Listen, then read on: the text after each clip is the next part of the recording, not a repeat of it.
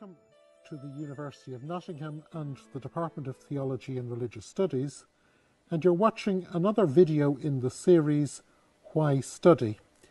With me today I've Dr. John Hoover, who's our expert in Islamic studies, and he's also an expert in the work of Ibn Taymiyyah, who is a famous Arabic historian. And John, why study Ibn Taymiyyah?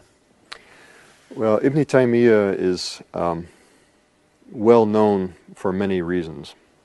Let me start with the security reasons. He is quoted as an authority by Osama bin Laden, and that tends to get people's interest immediately.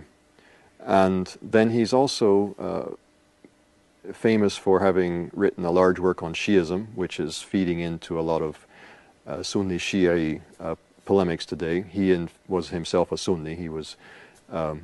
He lived most of his life in Damascus, and there were Shia-Sunni tensions in Damascus at that time. He also wrote the largest refutation of Christianity in the whole Islamic tradition. He's written a refutation of Aristotelian logic, and coming out of this, he's quite a modern figure, actually, in terms of his epistemology and the way in which he approaches texts and so on. He's written a very huge work arguing that the revelation of Islam agrees with reason, so the agreement of revelation and reason. He's talked about Sufism and the spirituality of Islam, and he is well known for his critique of saint worship, shrine worship, or the shrine cult. So he covers all kinds of things, and there are different groups of Muslims and non-Muslims today who have taken interest in his work on any one of these counts and gotten quite into his thought. But he has something to say about a lot of different things. He stands about midway between the beginning of Islam and the present day. He lived in the late 1200s, early 1300s. He died in 1328. So standing at that juncture, halfway between the beginning and the present of the Islamic tradition, and then having captured the interest of so many people today, that makes him a very fascinating figure to study.